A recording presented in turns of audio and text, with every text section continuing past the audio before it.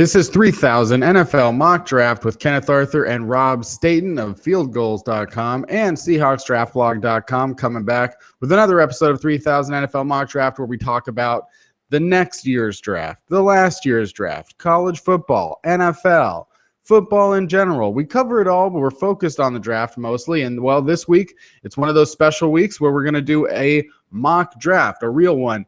An actual mock draft, as in the title of the episode, not for the year 3000, though. This is for the year 2017. It's our first 2017 NFL mock draft of the podcast season.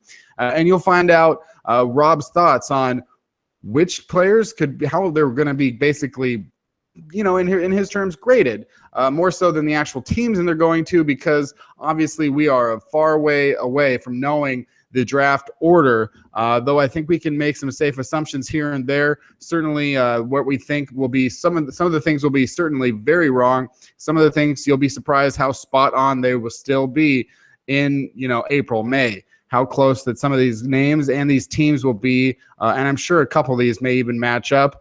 So that's what we're going to do on this week's episode of 3000 NFL Mock Draft. We'll also talk about last week in college football, a little bit on next week in college football, some other prospects, and the Seahawks, including the signing of CJ Spiller, which happened on Wednesday, just as we started to record the podcast this week.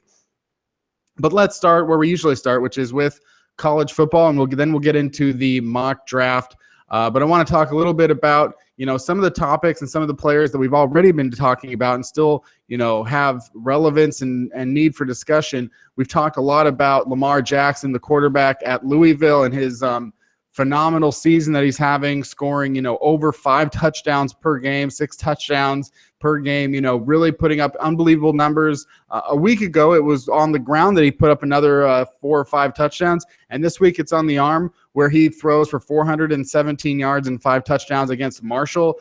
So far this season, Lamar Jackson has rushed for 12 touchdowns in just 5 games, I want to say, and 4 or 5 games, and he has thrown for 13. So he already has 25 touchdowns to open the year, and this week we're going to see Lamar Jackson face off against Clemson in a matchup between Louisville, which is ranked, I want to get the updated here. Louisville is ranked 3rd, and they're going to travel to play number 5 Clemson. Lamar Jackson versus Deshaun Watson. Obviously, a lot of people will talk about it as a Heisman-type game. And I think that in either case, you could look at either quarterback and say that with the right performance, this will be the biggest green check mark on their Heisman resume. But that being said, both of these quarterbacks could come out of the game with, positive marks for the resume. Both could come out with negative marks. The point being that they're going to be playing a top 5 team. Both of them will be playing a top 5 team. A win will be really good, but playing well in a very close loss won't necessarily be bad. There's a lot of factors that go into it, but certainly the talk is going to be Lamar Jackson and Deshaun Watson. And Rob, based on what you know about Lamar Jackson and Deshaun Watson and what you know about these defenses and these teams, what do you expect to happen this Saturday at 5 p.m. Pacific Standard Time at ABC, Louisville versus Clemson? Well, it's an unmissable game if you're a college football fan. It kicks off at 1 o'clock in the morning in England, and I'm going to run the risk of the wrath of my wife by staying up and watching that game, even though it's our son's 3rd birthday party on Sunday, because I have to watch that game. I mean, it's you just cannot miss that game. It could be the game of the year in college football. And I say that with a little bit of an asterisk, because you kind of felt that way against the Florida State game. You thought, here's a real test for Louisville. We're going to find out just how good they are. And you think they've got a chance of beating Florida State. And if they do it with a bit of style, then, who knows what they're capable of. And they end up scoring 60-odd points and blowing them out. So, I think there's a chance that could happen in this game as well. I saw Clemson against Georgia Tech. It was a better performance, perhaps their best performance we've seen in the season so far. But it wasn't a classic display. And I think the one positive thing that we learned from the Florida State game with Louisville is that while Lamar Jackson is having a tremendous year, he's got to be the Heisman favorite by a mile at the moment. And as long as they keep winning, and as long as he keeps putting up the numbers, he's going to win that award. And it's another thing to remember here is that even if Louisville lose a couple of games this year, I think Lamar Jackson's got a great chance of winning the Heisman because when RG3 won it, I'm pretty sure Baylor lost a couple of games that year. So it doesn't mean that he has to go undefeated or get to the playoffs to have a chance of winning the Heisman. I do think that Louisville's defense is pretty underrated, and they've got a couple of good defensive ends, a couple of good linebackers. They played really well against Florida State, shut down Dalvin Cook, no explosive plays for him. The young quarterback there had no success at all, and if they can just they're going to put up points, and if they can just limit the damage that Clemson are able to do, then I think they've got a really good chance of winning this game handsomely. Louisville just look like a great team at the moment, and Clemson just don't quite look as good as they did last year. And it's going to be really fascinating to watch. And I think I do think Louisville's defense is a little bit better than Clemson's this year. Deshaun Watson is going to be so much pressure on him to keep up with Lamar Jackson in terms of scoring.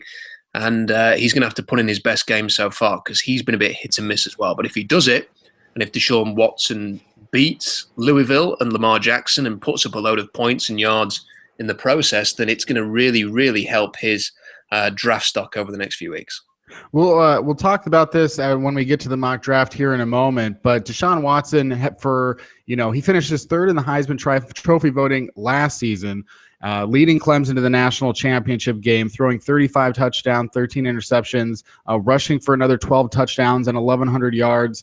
A really phenomenal season, putting up over 5,000 total yards from scrimmage as Clemson's quarterback. So the whole talk all year in terms of the 2017 NFL draft was getting teams in a position to draft Deshaun Watson. Now, obviously, regardless of what Watson does, there will always be the case that if you think that you have a certain franchise quarterback, then he should go over pretty much almost any other player, with the exception of a very few transcendent non-quarterback players that are more valuable than a franchise quarterback. But those are few and far between. That being said, I just said the numbers from 2015. The numbers in 2016, his completion percentage is down. His yards per attempt are way down from 8.4 to 6.6. He's thrown 4 interceptions. His college quarterback rating is way down. He rushed for 12 touchdowns last year and 5.3 yards per carry. This season, 3.4 yards per carry, no touchdowns as of yet. One executive in the NFL, according to NFL.com, an AFC executive said, quote, "There's so much talk about Deshaun Watson being a franchise quarterback, but that just tells me that nobody has seen the tape on him. His accuracy is just okay, and he's not a great decision maker. Get him out of that offense, and he could get lost for a while." So there are certain there are going to be, marks against him, just like there are against almost any quarterback. That being said, his numbers regardless of the tape, the numbers aren't there this season. What's going on with Deshaun Watson? Is there anything wrong? Is it the way that teams are game planning for Clemson? Is it losses that Clemson has had outside of that? What are your thoughts on Deshaun Watson after 4 games?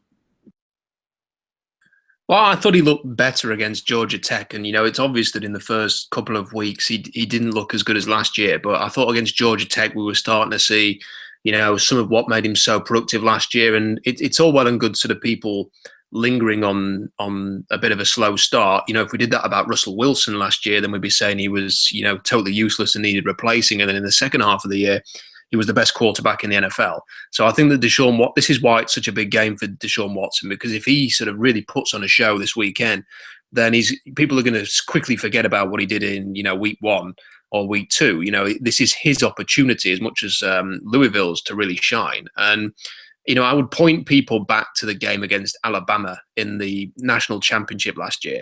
When you were watching Deshaun Watson, basically throwing it around the field against, the number 1 team, Alabama, did anyone think, hey, this guy can't make it in the NFL?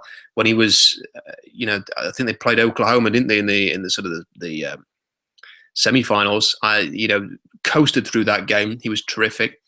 He was brilliant for most of last year. It's one of these things, Kenny, that the established sort of names that have been around for a while, people tend to pick holes in them because they're so familiar with these players. They will look for the littlest time because they've been, expected to be high picks for so long. People then start to overanalyze and look for the flaws.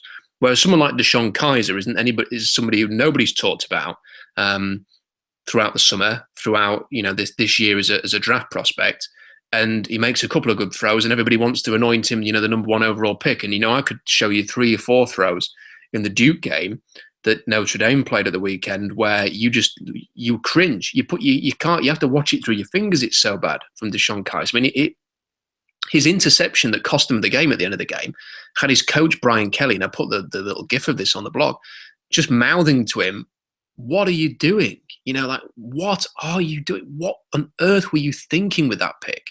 And there was an earlier throw in the game where he just lobbed it to the left sideline, and it was a terribly underthrown ball, and the cornerback cuts off the route, drops the pick six. It was just horrendous. He fumbled the snap.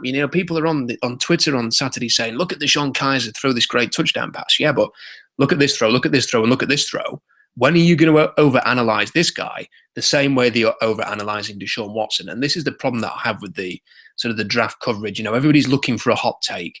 Everybody's looking to knock the top players. I mean, you see Leonard Fournette getting knocked and stupid things like that. These guys have been around for a while and they've been highly rated for a while for a reason. I've not seen anything yet that warrants pushing Deshaun Watson right down the list. If he has a stinker on Saturday against Louisville, then maybe it will be the time to do that. But if he performs well and if he wins this game for his team, then people are going to have to admit that he's pretty good. We sort of know by now the names, the 2 that you just mentioned for the 2016 NFL draft. Really quickly, at any level, true freshman, redshirt freshman, sophomore, some people that are eligible down the line. Can you give me like 1 or 2 names of like the next, Andrew Luck or the next premier quarterback prospect for the NFL draft? In terms of 2018, well, there's nobody like Andrew Luck. I mean, there's nobody that sort of really. You could look at someone like Josh Rosen, but I think that, I've seen Rosen a couple of times this year. I saw him against Texas A&M and I saw him against Stanford at the weekend. And he's good, but I don't feel like he's progressing as everybody expected. I think that he had a very good freshman year. You kind of look beyond some of the mistakes because you think he's a true freshman. You want to see that sort of progress now, and he looks good, not great, but he's still got plenty of time. Hopefully he will improve the rest of the year. There's been a change of offensive coordinator at UCLA, and I just wonder if that's having an impact as well. The guy who was there before, is it Noel Mazzoni or something similar to that? He's the guy who helped Brock Osweiler at Arizona State get to sort of to where he was, to drafted in the early second round. He went to UCLA, the offensive coordinator. He's now gone to Texas A&M. So it's perhaps no surprise that Texas A&M's offense has started to look a bit more consistent, and maybe UCLA's is taking a step back. That might be hurting him a little bit. Apart from Josh Rosen, I mean, people might start talking about Jake Browning. I still think there's a little bit there. Chris Peterson's quarterbacks generally are not physically brilliant. They're just poised, accurate, do what the offense needs them to do. Let's see if Jake Browning can kind of develop into something more than just a sort of a good system fit.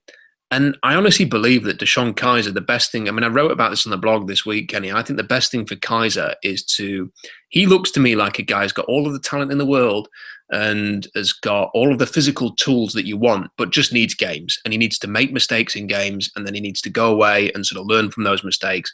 I think he's featured in something like 17 games at Notre Dame.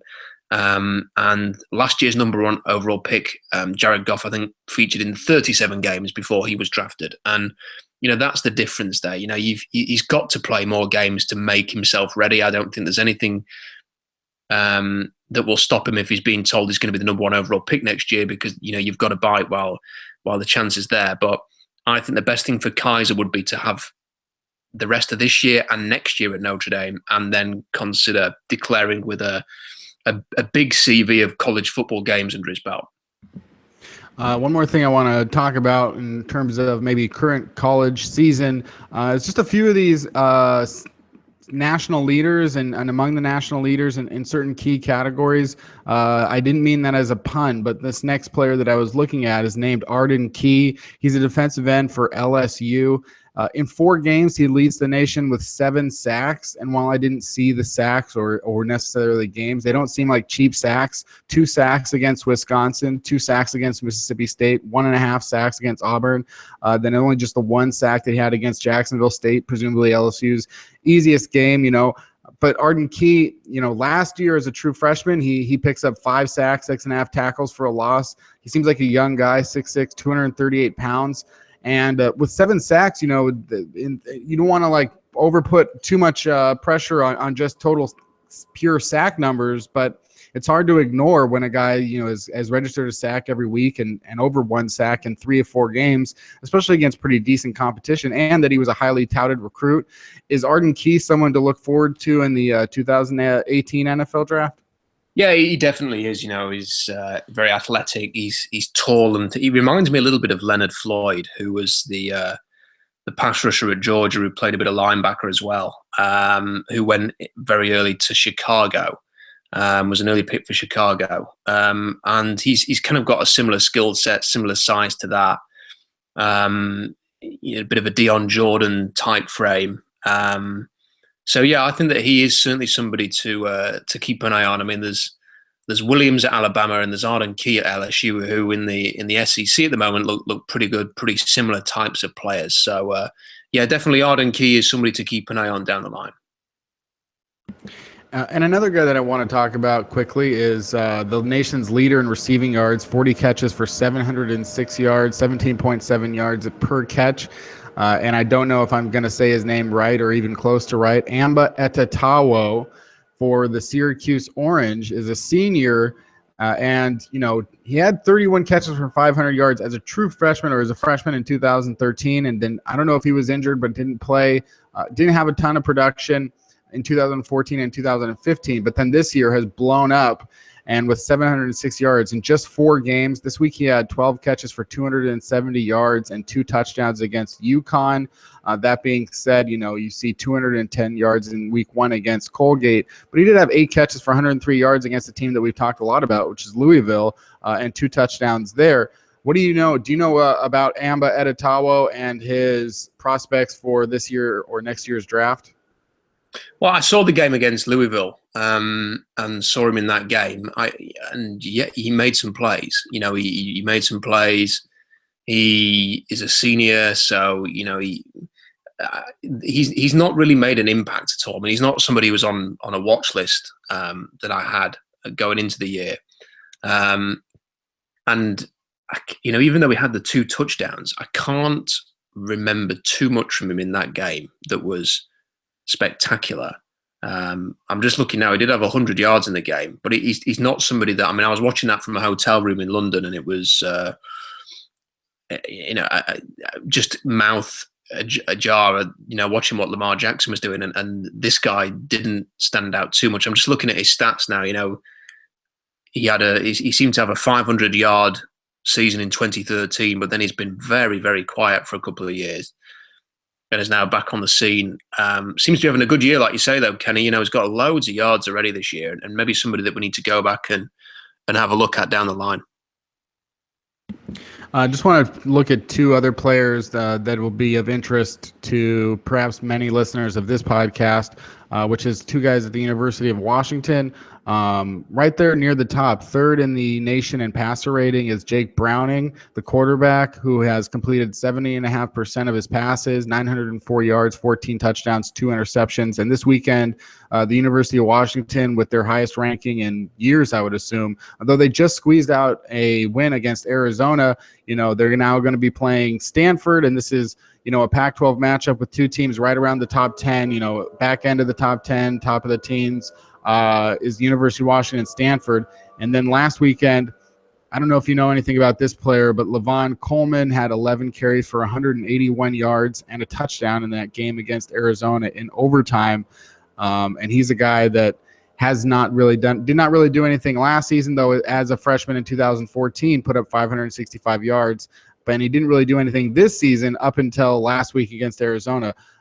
Jake Browning's prospects as a NFL quarterback, and do you know anything about Coleman? Well, I saw I managed to see most of the Arizona game after the event. And I thought Levon Coleman looked really good. I know they have Myles Gaskin there, and he's very highly rated. But I think that Coleman really stood out in this game. Looked like a beast. I think he's just shy of 6 foot. He's a bigger guy, maybe 230 pounds of running back there, and looked good for it. Carried the size pretty well, and it's only one game, but on that evidence, has got a future in the NFL. So really like the look of him. I think with Jake Browning, I think the thing that's impressed me most watching him so far, and I'm yet to see the Huskies, live, and I hopefully we'll get that chance this Friday when they play Stanford. We've actually got the game over. It's the first Huskies game that they're putting on the TV over here this year. I think that the deep ball for him has been the most impressive thing. His accuracy down the field has been really good, and I don't think that physically he is going to be, a difference maker. He's not the kind of big arm, incredibly mobile quarterback that's going to go very, very early in a draft. But I think the fact that he's able to throw it, I think he may have got a bit stronger this offseason. He's throwing it downfield really well, making good decisions, accurate. I do just want to see him do it in a big game, though. I want to see he and the Huskies take that step whereby they're on a big stage, they're a top 10 ranked team, they're playing a Stanford team who are good, not great. I saw them against UCLA last week. They're stubborn, they're tough. They pulled it out at the end on that final drive. The scoreline flattered them a lot because they got that fumble return for a touchdown as time expired. They probably should have lost that game, and yet they pull it out. And I want to see Washington win that type of a game, because for the last couple of years under Peterson, they've been nearly men. And when the spotlight's on them and the stage is there, they've struggled. And they nearly blew a game they should have won at the weekend against Arizona. So I want to see them come out. I want to see Browning come out. I want to see him be controlled, composed, making good decisions, leading that offense, converting third downs, making a few big plays. I want to see the defense stand up. They've got some big name defenders on that team as well. I want to see them performing. I want to see Buda Baker doing well. The cornerback, I want to see these guys performing well. It's the kind of game they have to win if they want respect, because Stanford are tough, but not great. All right. Well, that's it for the look at the players in college football right now in the last week. And we're going to move on to the 2017 NFL mock draft, our first one of the podcast season. And we're going to talk about the players and a little bit of the matchups with the teams, maybe, but not too much, because, so maybe a little bit of justification. But I don't think we need a ton of justification at this point, given that we don't know that much about what's going to happen in the next 13 weeks and 13 games in the NFL. But we'll start at number 1. So this is Rob Staten's first number 1 draft pick in his mock draft for 2017. You've got the Chicago Bears, who right now sit at 0-3 under John Fox. They don't have a good offense. They don't have a good defense. They are currently playing Brian Hoyer at quarterback. This is likely going to be, Jay Cutler's last season with the Bears, given his contract situation and how they could get away from it next season and save a ton of money. And it would be a great time for the Chicago Bears to be looking for their quarterback of the future. But that's not what you have them doing here. You have them taking Myles Garrett, the edge rusher out of Texas A&M. Myles Garrett is a guy that is going to be on a lot of, mock drafts as the number 1 pick. I see here Sports Illustrated just released a mock draft. They've got Myles Garrett going number 1 overall. And it seems like, just to update everyone, Myles Garrett had 11.5. He had 11 sacks as a freshman, 11.5 sacks in the last year, and 3 sacks to start out this season with 5 tackles for a loss. Can you want to just talk about Myles Garrett in terms of being a number 1 overall pick, like the overall scope of Myles Garrett's, transcendent talents that make him the number 1 pick in a way that's not the same as, say, Eric Fisher being the number 1 pick, and also just sort of a pro comparison to Garrett? Well, I think the reason I went with, first of all, the draft order for this mock draft, and it's the first one. I've done it a lot earlier this year than other years. And the reason for that, for a start, is that I feel like this is a good draft, and there are already a number of players that you could sort of talk about in terms of the first round. We're not saying that these guys are going to go in the first round, but you can feel good having a discussion about them. And I think it's a good sign that the draft already is looking pretty deep. So the reason I've gone with the draft order that I have, is just purely based on a mix of current record, trajectory for the team. That's why I've got Chicago at number 1. And, bits of things like, I've got the Seahawks picking at 26 and not 32. If anybody wants to quibble about that, then it's really just because the Seahawks picked at 26 last year. And I just wanted to put them in a place where, they're not completely out of range for some of the big names, but they're not, unrealistically high or, winning the Super Bowl, which would make it either easy or hard to give them certain players. So I thought it was a good spot to put the Seahawks. In terms of Myles Garrett, he will get to the combine and will test through the roof. So he's a brilliant athlete. His production in big games is right up there. He has the perfect sort of modern day defensive end pass rushing profile. So he's got great strength for his size, great hand use, elite speed off the edge. You could line him up at defensive end. You could line him up at outside linebacker. He can fit any scheme. He's a good character guy. He's a leader. He's only scratching the surface of his potential at Texas A&M. If I was going to compare him to somebody, I think that it'd be hard to compare him to Von Miller, because I don't think he's going to, that's an unrealistic comparison to make, because Von Miller is so far and away the best edge rusher in the league. But there's a bit of Von Miller in him. There's a bit of Robert Quinn in him. I think that's the kind of company that you would expect him to keep when he gets to the NFL. So, the sky's the limit for him. And quarterback is a very much a coveted position, but there's no quarterback as good as Myles Garrett in this class, or Leonard Fournette. So if I was picking number 1, I would have to have a long, hard think about whether or not I want to take a quarterback or whether I want to take a guy like Garrett. And the other thing that plays into this is that, there are going to be players like Jimmy Garoppolo is scheduled to be a free agent in the summer, or in the spring. So, teams will consider things like that. Should we take a chance on Jimmy Garoppolo the same way that Houston took a chance on Brock Osweiler? And it wouldn't surprise me if someone like Chicago said, let's give Garoppolo $10 million a year or $12 million a year, and let's take a defensive end with the first overall pick. That would be a plan that I could see a team going with.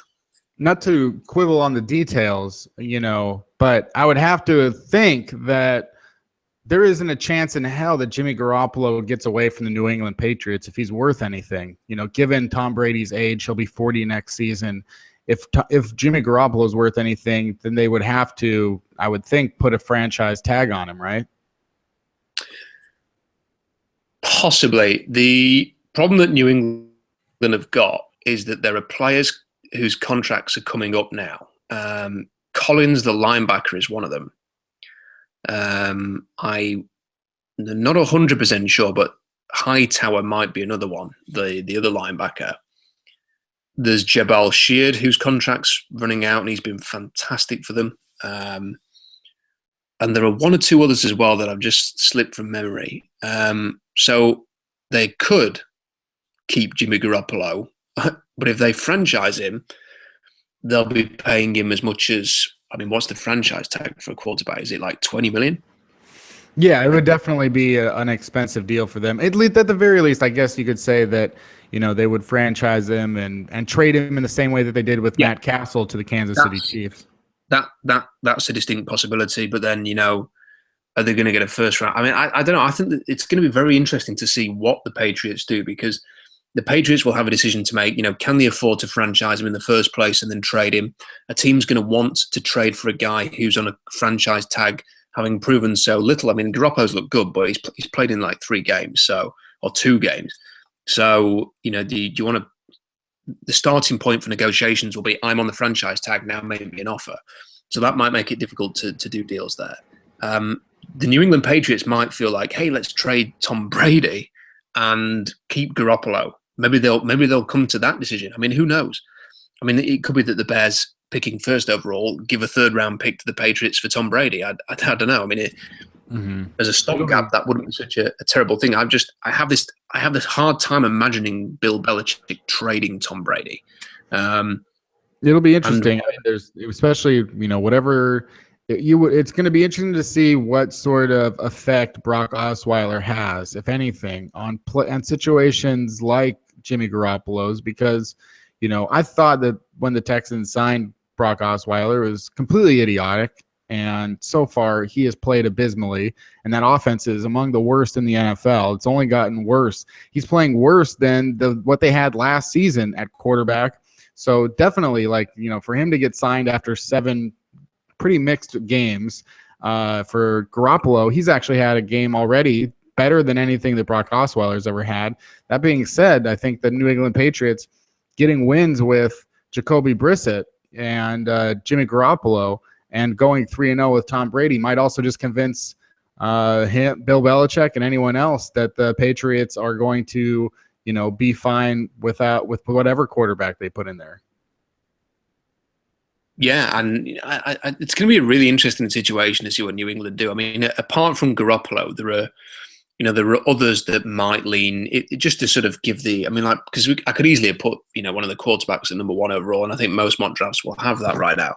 And especially seeing as we've seen Jared Goff go first overall just a few months ago, the chance to take not the best player in the draft, but the best quarterback in the draft first overall is very tempting. But there's players like Mike Glennon, for example, who teams might say, well, we're not going to go all in on him, but maybe we'll give him a 1 or 2 year deal for decent money and see if he can lead us, while giving us a chance to justify going for someone like Garrett or Fournette with a first or second overall pick. And then, there's other things like, what are the Minnesota Vikings going to do in the offseason? So, if Teddy Bridgewater recovers, they will have, and I know that's a big if right now, but they will have 2 first-round quarterbacks on their roster. So if Bradford wins, and he's winning at the moment, they're 3-0, do they look to do something with Bridgewater if he can recover? Or do they keep both of them? Because Bridgewater's contract's going to be cheap, I think, for another year. But lest we forget Dak Prescott and Tony Romo. There's interesting situations out there.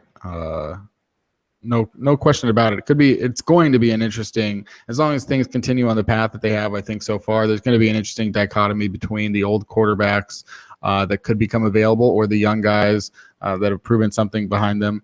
Let's keep going on the mock draft here. San Francisco 49ers at number 2. You have, and just to reiterate, Myles Garrett number 1 to the Bears. We talked about how the Bears just drafted Leonard Floyd, so it would give them back-to-back pass rushers that could, really change that defense under presumably a new head coach if John Fox gets them to the number 1 pick overall. But number 2, the 49ers, you take Leonard Fournette. Leonard Fournette, much like Myles Garrett just suffered a potential injury last week. They haven't really discussed in detail what it could be, and Leonard Fournette suffered an injury. An ankle injury this past weekend as well, I think, and his availability for Saturday is in question. Leonard Fournette to the 49ers despite Carlos Hyde?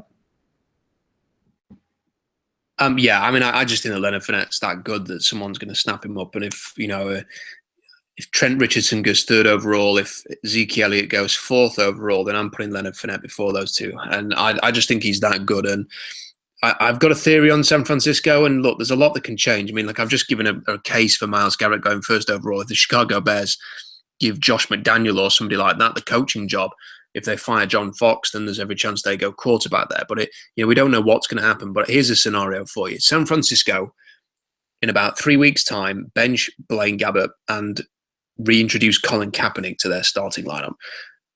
Kaepernick goes on a tear in Chip Kelly's offense, looks good. Resurrects his career. 49ers decide to fire Trent Baalke. It should have been fired last year, but they fire him next year because he's really the one who's, it seems to be against Kaepernick in that organization. They fire Baalke, they keep Chip Kelly, they keep Kaepernick. They get a new GM, and now they've got to what's the most impactful draft pick we can have? And if you have Kaepernick back to anything kind of like, what he was when he was starting and the team was winning, and then you give him Fournette and maybe a receiver in free agency or in round 2, And you look at the way that young defense it's got some talent on it. You know, they've got a decent defensive front. They've got Navarro Bowman looks fantastic. I thought Brooks was brilliant against Seattle. You know, they've got some young talent in the secondary. If you then put Fournette on that offense, it enables them to control the ball.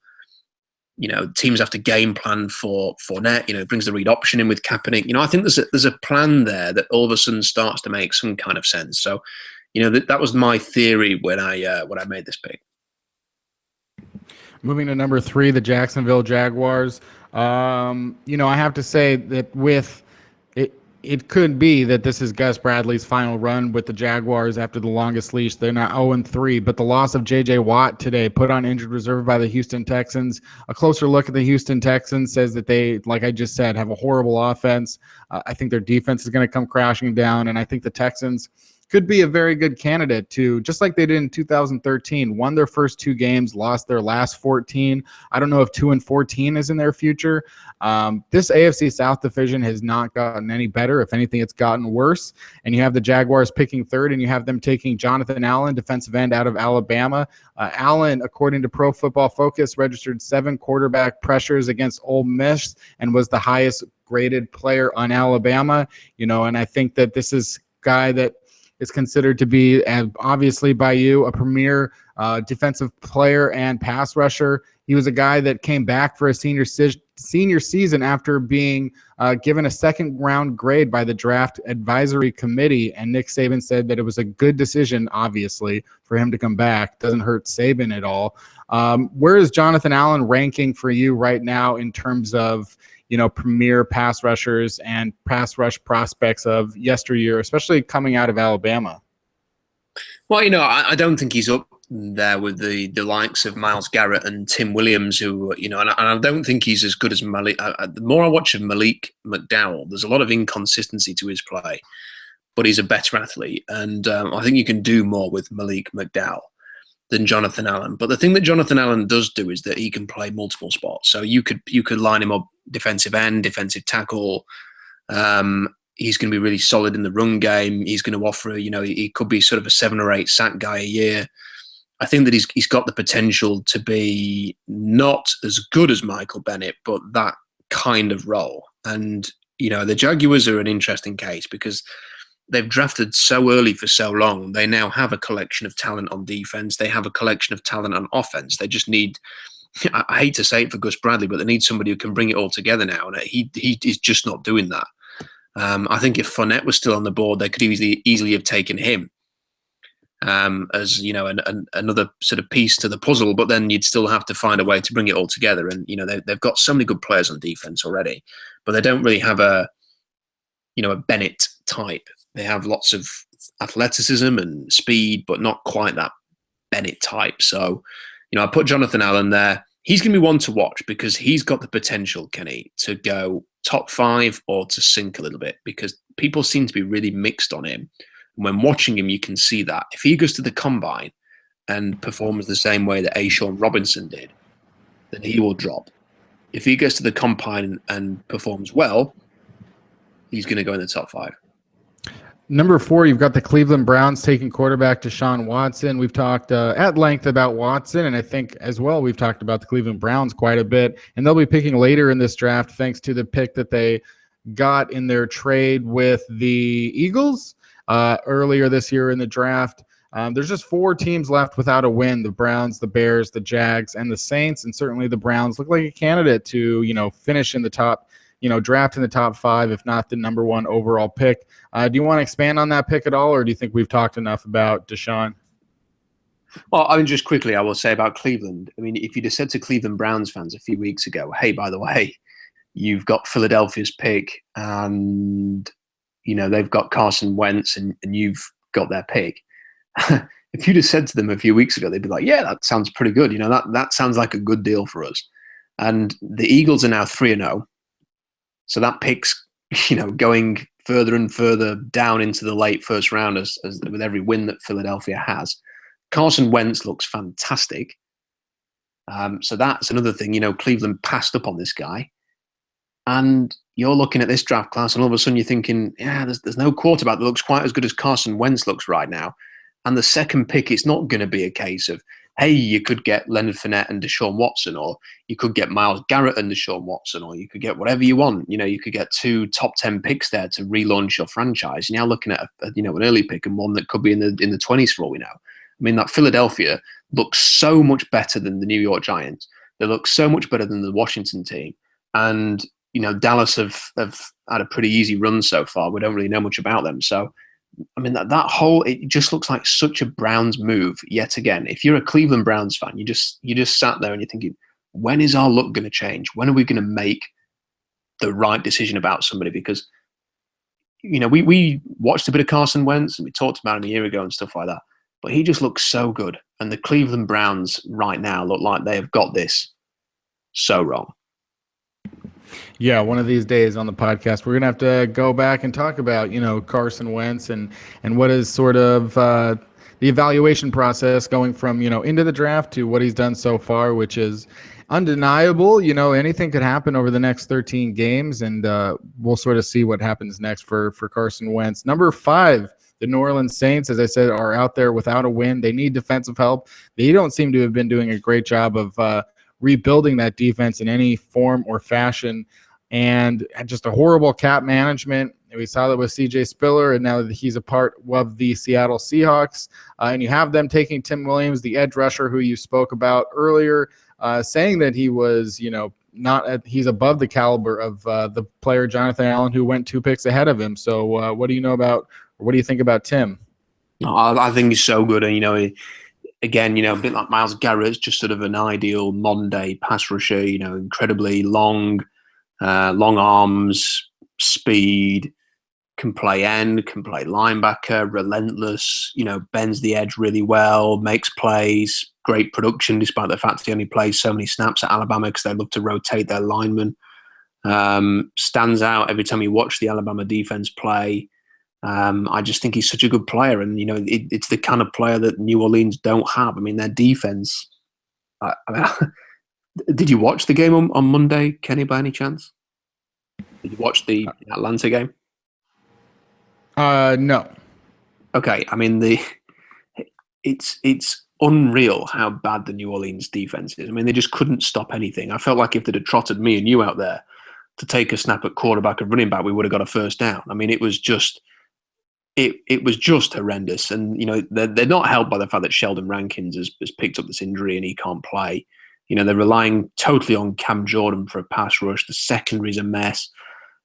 They just need impact players, in particular pass rushers, and Tim Williams would be a great fit for them. This is another interesting player. You have the Indianapolis Colts taking Jabril Peppers, linebacker safety out of Michigan. And NFL.com has another quote from an NFC executive this time. Jabril Peppers is a bigger, more explosive version of Tyrann Mathieu. Lance Zierlein said the same comp for Jabril Peppers, 6'1", 205 pounds. And Mathieu is arguably one of the top 15 players in the NFL. Is that what you think about Peppers?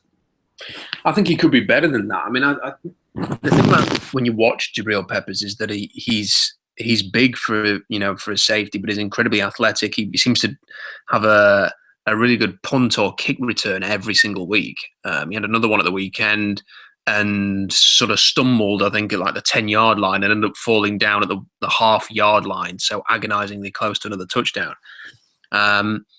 He's just an incredible athlete. He flies around the field. I think that Michigan are playing Wisconsin this weekend, so that's going to be an interesting game to see how he comes up against a rolling Wisconsin offense.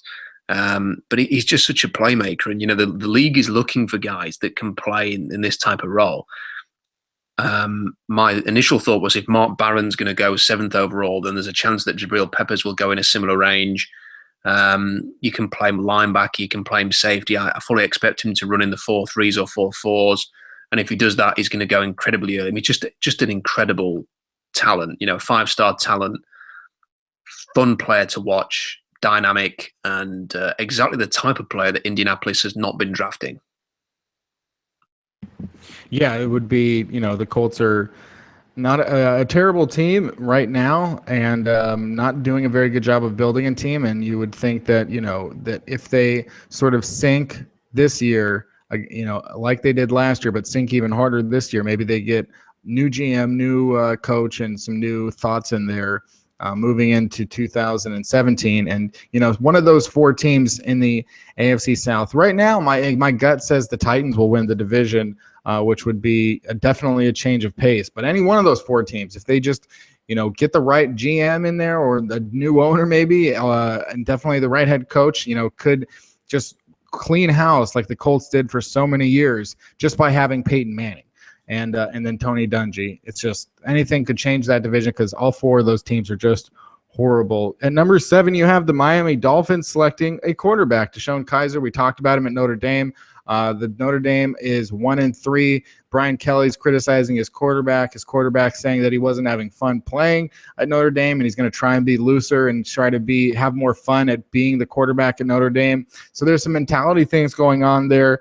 But obviously we've talked a lot about Ryan Tannehill as a quarterback. We saw him in week 1 versus the Seahawks.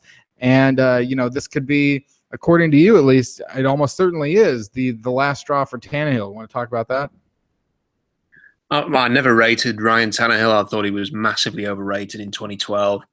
That's when the Seahawks were looking for a quarterback, so spent a lot of time on him. Nearly watched every game I think that he played at quarterback. Probably did watch every game actually, and he was doing stupid things in college like throwing blind and throwing interceptions. He was, so erratic and would be up and down. And guess what? His entire NFL career has been exactly the same. And watching Red Zone on Sunday and watching him struggle through the game against a bad Cleveland team just made you think, how many more years is this guy going to have before the Dolphins just bite the bullet? And, I think the best thing for them would be to move on, see if they can find a trade partner for him and start again. Because, they're in this horror. People used to say that the Cincinnati Bengals were in a tough situation because they got Andy Dalton and he was all right, but he was never going to sort of take them over that playoff hump, and they were going to stuck with him. They're kind of stuck in this situation where they could do better, but they could do worse, so they'll just stick with what they know. But Dalton's actually, shown some progression in his career. Ryan Tannehill has shown nothing. For me, they need a fresh start. They're a franchise with no identity and no real leadership at the moment. They need somebody to rally behind, and I think it's probably time to move on from Tannehill. Michigan State defensive end Malik McDowell said before this season that he won't even leave Michigan State for next year's draft unless he's projected as a top 3 pick. Mel Kiper ranked him number 6 on his big board, but said, quote, "I was tempted to put him at number 1 or number 2 on potential, but he needs more production. That being said, it's going to come because he's a fantastic athlete with a huge frame and can overwhelm blockers one-on-one. But if Malik McDowell was to believe your projection, then he will not try to enter the NFL draft, I suppose. He doesn't have any sacks this season, so the production is not there. You have him going number 8 to the Buffalo Bills. Who is Malik McDowell? Is he the type of guy that sort of is being rated in your opinion, what he's actually been able to accomplish at Michigan State right now doesn't put up the actual potential that he has to be, this number 1 overall pick type player? Because there are certain people who say that Malik McDowell could be the number 1 overall pick, that he has the talent to be the number 1 overall pick. But it seems like with guys like Myles Garrett and Jonathan Allen and Tim Williams, all going above him, he's certainly not playing like a number 1 overall pick. Well, I don't think number 1 overall, but I will say that for his frame, and I think he's probably listed a bit higher than he is. He's listed at 6'6", 276. I think he's probably more like 6'4" or 5", 265, 270. But still, for that size, his speed and his ability to work the edge is incredible. His quickness when moving inside is terrific. I think that that you could pull up a highlight reel of plays that he's had just in the start of this year, where he dominates an offensive line, and you could make a case for him going as high as you want. You could put him in the top 3 if you wanted. The problem is that it's kind of boom or bust with him. I've seen plays this year where he's dumped on his backside by a tight end. trying to tight end's blocking him and dumps him on his backside. And there are occasional plays like that which may think, oh, you kind of just cringe a little bit because you think, shouldn't really be doing that. That should not be happening to this guy. And I think that if he's one of these, and he's kind of a dangerous kind of thing because he's got all of the potential in the world, but you want to see him put it together to be the complete package. And those types of defensive linemen come into the league, and frequently they never quite, some of them put it together and they're great, but the ones that don't tend to be more missed than hit. And I'd be a little bit concerned with Malik McDowell in that regard, but the potential is so good, the potential is so high that I think that he will get a grade pretty early in the first round when it comes to it. And although he says he won't declare unless he is a top 3 pick, I think when teams, if he's been told he's just a top 10 pick instead, then he'll look at the millions of dollars he could get for being number 8 overall or number 9 or number 10, and it might make that decision a little bit easy for him. At number 9, the New York Jets, the Seattle Seahawks opponent this weekend. The Jets are building that defense to be something really interesting with that defensive line that might have the 3 best players on a defensive line together in the NFL. Sheldon Richardson, I believe, is the one that is the closest to leaving. Obviously, they just re-signed Muhammad Wilkerson. They have Leonard Williams going into only a second year, and I think Richardson has the 5th-year option for 2017, but after that will be left out. But their offense, while they have a couple of good receivers, it looks like maybe Eric Decker will miss the game this weekend. You could say that, they could still rebuild that offense, yet you have them taking linebacker Jarrad Davis, a senior at Florida last year, 94 tackles, 11 for a loss, 3.5 sacks, 1 interception. Is Jarrad Davis, because it's like linebackers typically do not make the top 15 unless they're really, really, really good. So is Jarrad Davis really, really, really good? Yes, he is. And, he and Alex Anzalone at Florida are a really good partnership, really good tandem. Davis is better when he's blitzing and attacking the line. And that is the Todd Bowles defense down to a T. They love to have their guys blitzing, let's be very creative.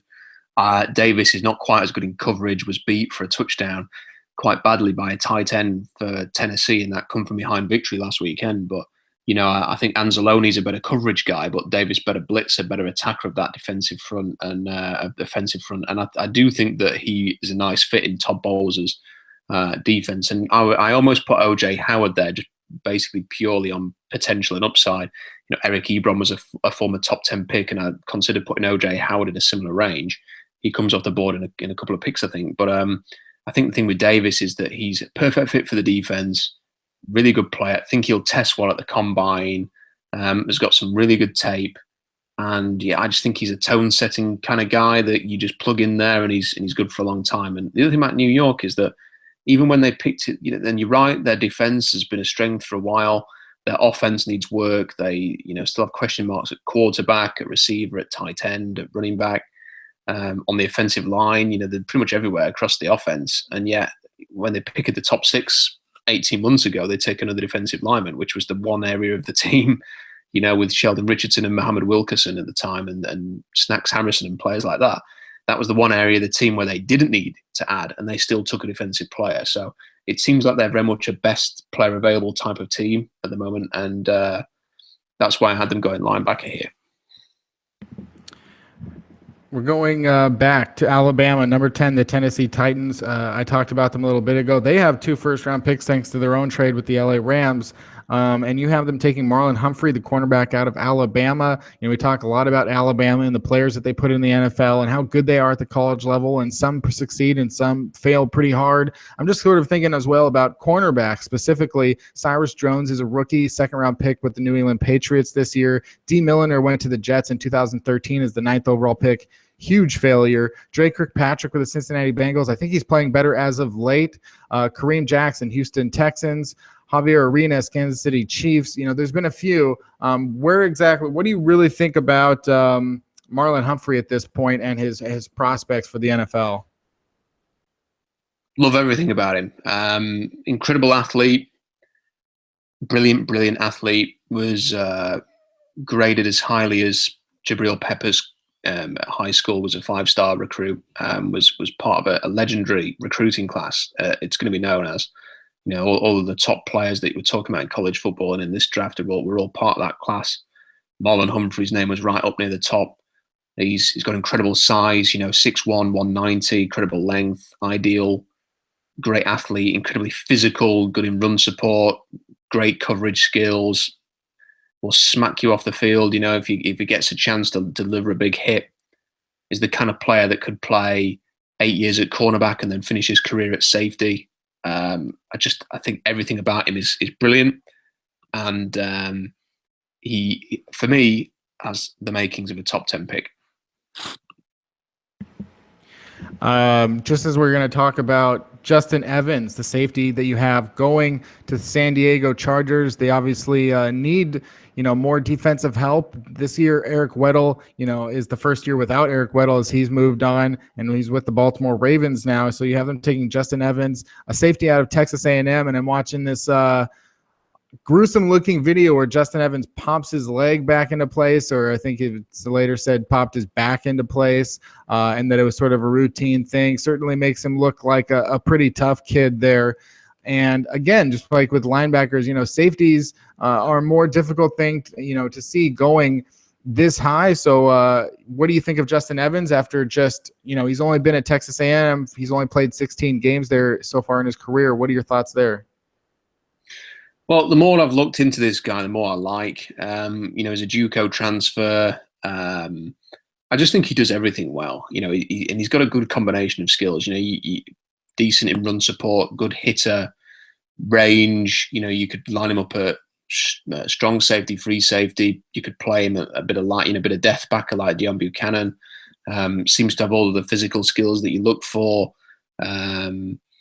You'd maybe like to see a bit more production out of him at times, but he seemed to have that in the JUCO ranks. And I think that there's very little based on what you can actually see on the tape. I mean, let's be fair here. TV copy tape does not lend itself to judging safeties particularly well. But what you can see, he looks good. And if you watch highlight videos, he looks good. And I don't put him in the I personally don't put him in the Keanu Neal. I thought Keanu Neal was one of the best players in the draft this year, and was delighted to see that he went as early as he did to Atlanta, and thought that was an ideal pick for him and for the Falcons. But we saw two safeties going. We saw the guy that Oakland took as well, Carl Joseph, going early. And, when you see Justin Evans, you do see some similarities to Carl Joseph, and you see some of the qualities that you see in Keanu Neal. And if those two guys go early, then there's every chance that Justin Evans will go early as well. There was a lot of talk about O.J. Howard at the end of last season, the tight end from Alabama. Talking about Crimson Tide players? Sure, why not? It's the NFL draft. You're going to talk a lot about a lot of Alabama players. O.J. Howard could have gone in the draft last year. He had 38 catches for 602 yards, just 2 touchdowns, 15.8 yards per catch. He's doing about the same kind of stuff this year. I think he's on pace for, about 450 yards. He's got 1 touchdown, same yards per catch. He's been very consistent in that in his Alabama career.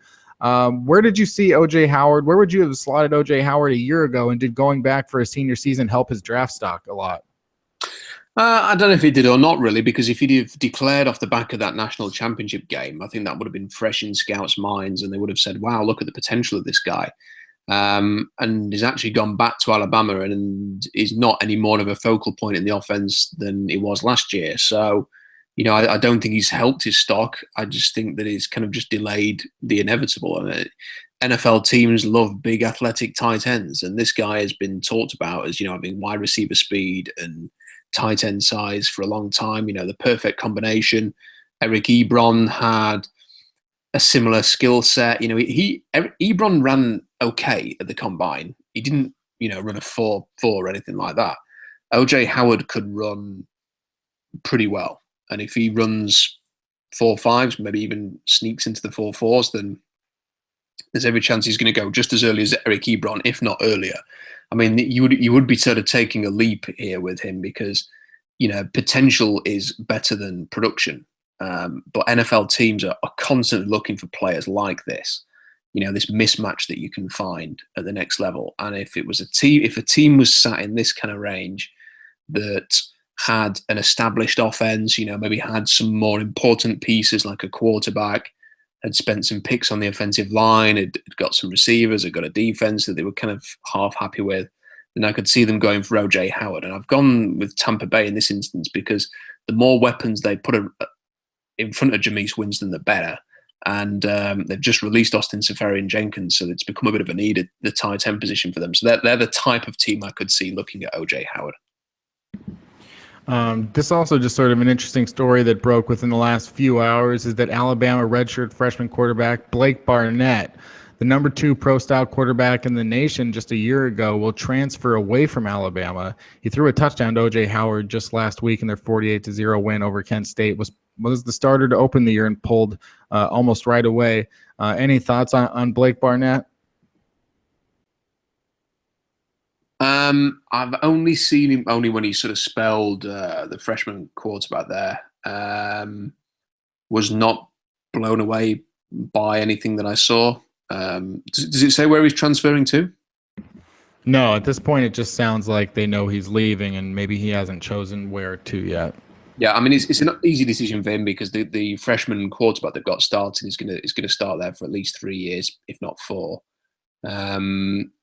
Alabama are kind of taking their lumps with him a little bit. You know, they're sort of letting him learn and make mistakes and progressing from that because he's a different type of quarterback than they've had there. I mean, he's very mobile, very athletic. He's kind of like that, dual threat type of quarterback, which is not what they've had in the past. So, not a surprise at all that other quarterbacks on that team are thinking, I'm never going to start here, so I'm going to move on. Moving on as well, and at some point we'll have to lightning round this thing so that we don't break the 2-hour barrier again. But number 13, Washington, you have them taking Cam Sutton, a cornerback, a guy that we talked about a lot last year, I believe, on the podcast. He broke his ankle 2 weeks ago. Butch Jones, head coach, saying that there's still a possibility he could come back for the last couple games of the season. Obviously, it would be nice for him going into next year's draft to put some more game film on tape. Thoughts about Cam Sutton, and does the ankle injury hurt him at all? I mean, obviously it hurts him physically, but how does it play into the draft? Yeah, I mean, it hurts him a little bit because if he was, playing and producing, it's a shame he wasn't playing against Florida. It would have been great to see him in such a big game. But he's a leader. The players and the staff made a point this week of saying, even though he was injured, he's been so important to the team and getting them ready for that game, being an emotional leader in the locker room. I think he's such a good player, such a talented, ideal cornerback. He's got length, he's got size, he's got speed. And the only thing that could hurt him now is being unhealthy for stuff like the combine and stuff like that. But providing he comes back healthy and maybe plays at the end of the year or is able to work out in the postseason and stuff like that, then I see a very high draft pick for Cam Sutton. Number 14, back to the Tennessee Titans. Their last pick was Marlon Humphrey, the cornerback, and they're going to continue to build that defense with, guess what, Alabama linebacker Reuben Foster, a slimmer Reuben Foster this season. Again, NFL.com's anonymous scout, quote, I think Reuben Foster is going to get drafted way earlier than people expect.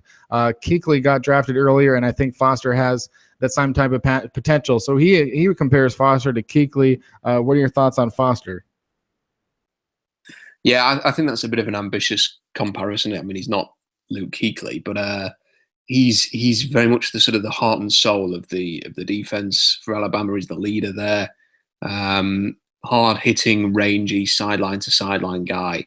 There's been other linebackers that were inferior to him. The name I've forgotten, the guy at Baltimore who was drafted in the first round. Reuben Foster's better than him. One or two others that have gone early as well. And he's a plug in and play type player. He's playing at an NFL level already, so I would expect he would go quite early. You talked about the Atlanta Falcons and their Monday night game. We talked about, we know they got Dan Quinn and they drafted Keanu Neal, the safety that you liked so much. So you would have to think that in some ways you're drafting for the Atlanta Falcons quite a bit because you've got them taking Tre'Davious White, the cornerback out of LSU. He was one of your favorite players a year ago. He comes back for another season at LSU this time, and you have him only going 15th overall, which is kind of interesting given the way you were talking about him a year ago. It seemed like you thought he was a top 10 for sure type player. What are your thoughts now on Tre'Davious White? Yeah, he could still go in that range. I think that by staying another year though, he's coming into a draft class that is loaded full of talent. So, hard to get him ahead of guys like Jabril Peppers and Tim Williams and Leonard Fournette and Myles Garrett and others like that. And some teams will look at OJ Howard and think, yeah, we're going to have this guy because of the potential. And I also really liked Cam Sutton a year ago and thought that he should have declared as well. He chose to come back. Sutton and White were my top two cornerbacks last year. Both chose not to declare, and I really like Marlon Humphrey as well. And he couldn't declare last year. So, if Humphrey wasn't in this class, if he chose to return to Alabama, or if Sutton, I don't know, whatever his injury situation hurts him, then Tre'Davious White could go in the top 10 easily. But this is going to be a very tough battle to determine who's going to be the top 2 or 3 cornerbacks, because there's not just Tre'Davious White, Sutton and Humphrey. You've got Jalen Tabor in this class. You've got Brandon Faxion. You've got Cordia Tankersley. You've got a lot of other players as well who could easily sort of go in that top 20. Another defensive back, this time another safety, Jamal Adams, you got going to the Houston Texans. There's got to be, one of these AFC South teams obviously will have to be drafting in the late 20s once the playoff order is set. But I think the Texans could be drafting even way higher than this. As I said earlier, they definitely need defense. They need help, in the secondary. Absolutely. They took Kevin Johnson in the first round a couple years ago. The cornerback this year, you've got them taking Jamal Adams, a safety. And, it seems like a really, really good draft for defensive backs, doesn't it? Oh, yeah, it definitely is. I don't think Jamal Adams is as good as some people will have you believe, but he's going to go probably in the first round because, like you say, it's a good class and there's a demand there for athletic safeties and cornerbacks. I just, when I look at Houston, so if we're going to use this pick to sort of talk about them a little bit, a team filled with young talent and players with potential, but just no heart and no, who are the leaders on that team? And you take JJ Watt out of the equation, and then you look at it and you think, yeah, do you know what? This team should be really good. And then you watch them play against New England, and they were just pathetic. And you just want somebody on that field to just go, what the hell? Is this what you want to be? Is this the team? Is this what you want to show to the nation on a night like this when everybody's watching us and the Patriots and all they're talking about is how good Belichick is and McDaniels is and how good Brissett's doing and stuff like that. And they're just laughing at us. Are you happy with that? And, as a team, as the Houston team, you'd just be thinking, where's the pride? Where's that fire? Who's going to provide that? And they don't have any of that at the moment. Yeah, and you got to question there's people that are going to question Bill O'Brien. They're going to question, people coming. It's really interesting how quickly Bill O'Brien was elevated from one season as the offensive coordinator in New England to being the head coach at Penn State, and then going straight to the Houston Texans. And the amount of I understand you got to give guys a chance and all that kind of stuff, but you watch Hard Knocks and you watch last season and you see the way that they play, and how much more of a leash is Bill O'Brien going to get if the players just aren't performing? And also Rick Smith, the GM, is the one that's making these decisions to sign Brock Osweiler and Lamar Miller and all of the things that they do in a vacuum seem okay, but together don't seem to mesh whatsoever. And, it doesn't really seem to matter. In one case, Will Fuller is a very talented receiver who's averaging over 20 yards per catch. And on another, he's catching fewer than half of the balls thrown his way. So what good is it if you're going to throw away that many passes, or if you're going to put a quarterback in a position to throw deep to a guy that's basically just a deep threat and probably going to end up throwing a lot of interceptions because they are, low percentage passes. So it just doesn't seem like any of it works together. What did it work together to draft Jadeveon Clowney, or were you just doing the thing that you thought you were supposed to do because Clowney was there? There are so many choices in the last few years that just seem mind-boggling from the Houston Texans. And making the playoffs or not last season, they lost 30-0 to the Kansas City Chiefs. They had no business in the playoffs whatsoever. The division is terrible. Anybody can step up and take it. And the Houston Texans may have been in the best position to do that because they did have J.J. Watt. And it just seems to me like they squandered all those opportunities. And also, what's up with that freaking training staff? How does the one team, it seems every single season, one of their superstars gets seriously injured, if not 2 or 3. Mario Williams, J.J. Watt, Arian Foster.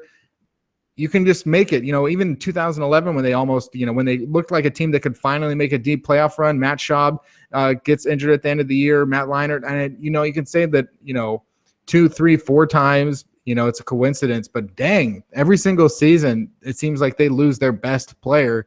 And there's something to be said about the fact that should JJ Watt, it's been brought up, should JJ Watt have even been out there to begin the season, if he's got if he re-aggravated a back injury, if the herniated disc and all that sort of situation was not ready for him to be out there, because he goes out there, he plays, I don't want to say like crap, but for JJ Watt plays like crap.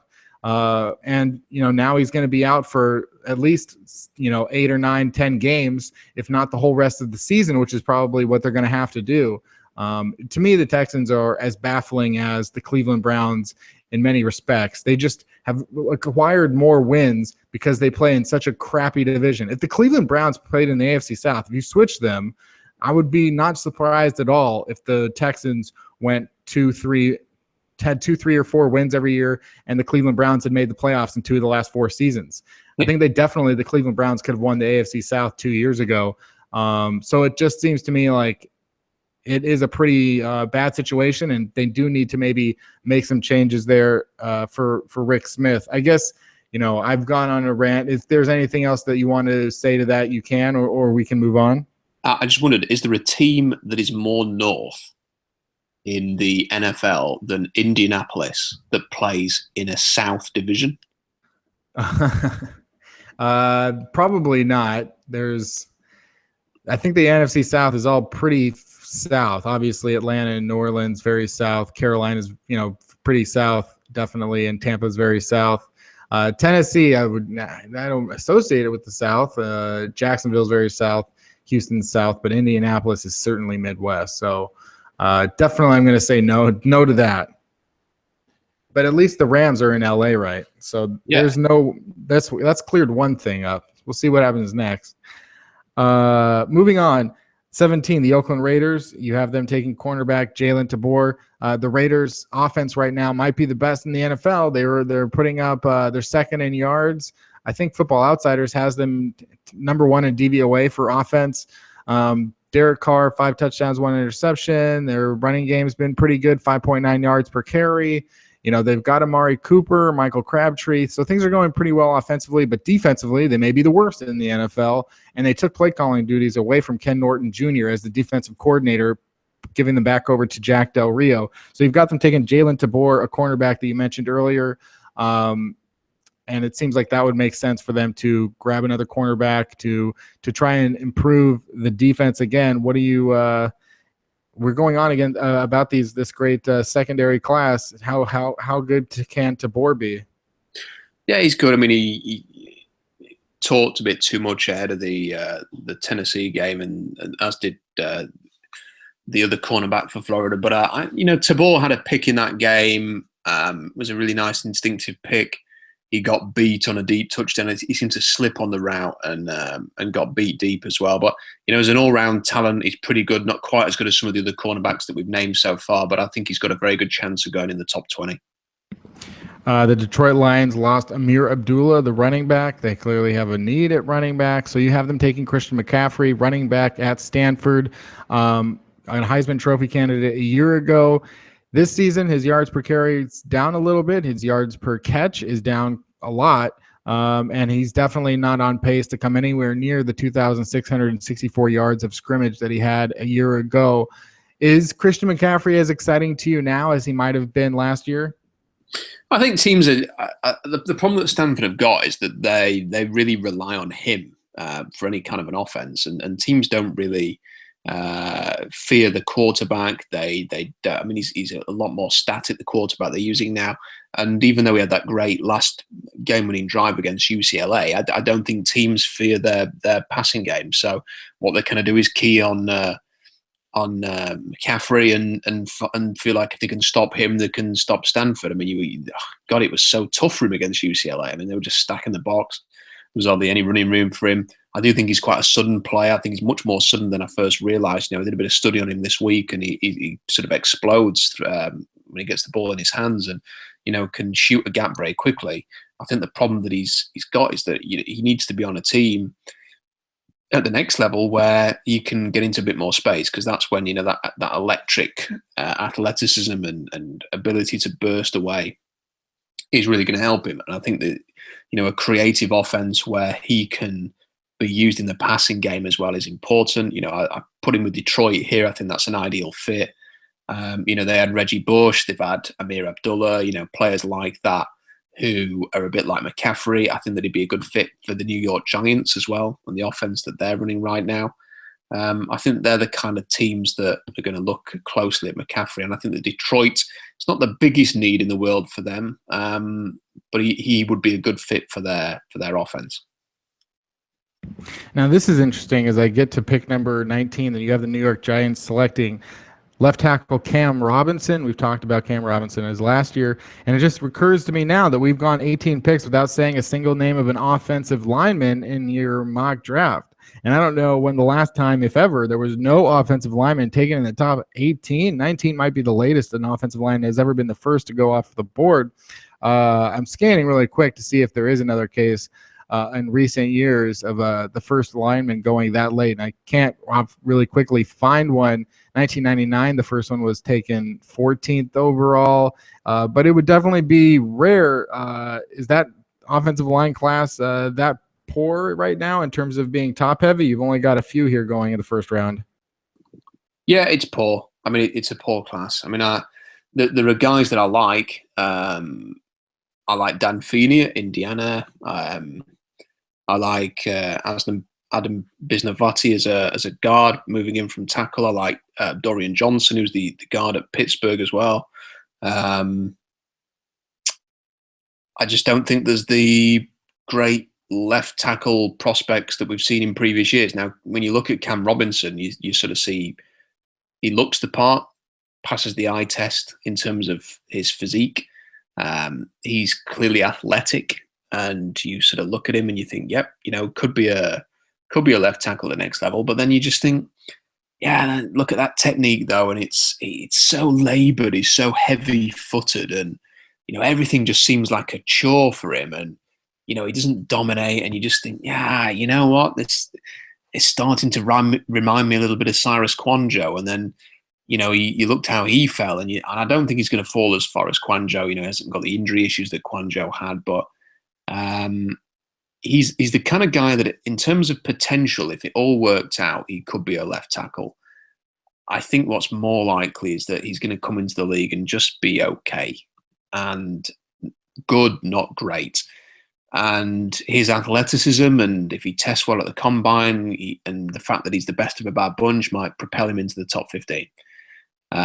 But I need to sort of see that. I need to see him perform well at the combine. I need to hear good things about him. I need someone to say, this guy's going to go very early. Because what I'm seeing on tape, I think he could go even lower than 19. And I'm really struggling to find an offensive lineman that warrants right now going early. And I know a lot of people are talking about Ryan Ramczyk at Wisconsin, because Pro Football Focus have graded him as the best thing since sliced bread. Over the last couple of weeks, I watched him against LSU, and I was a bit underwhelmed. I mean, I thought he was okay, but I didn't think, wow, I'm watching a top 10 left tackle here. So unless anybody emerges over the next few weeks, I think it's looking like a pretty tepid offensive tackle class. Well, as far as offensive linemen go, and as far as the Seahawks go, I say let them drop. Let the Seattle Seahawks have their choice of any of them in the first round. I have no problem with that. And, We'll see exactly where everything shakes out for the Seahawks and for the offensive lineman. Number 20, Arizona Cardinals. You have them selecting here. The Cardinals are off to a 1-2 start. Things not going well. Carson Palmer not having a great season right now. And the defense not looking as stout as many people thought that it would. Another person not having a season as stout as they thought that he would is Malachi Dupre, the wide receiver at LSU. 11 catches for 99 yards in 3 games, just 9 yards per catch and 0 touchdowns.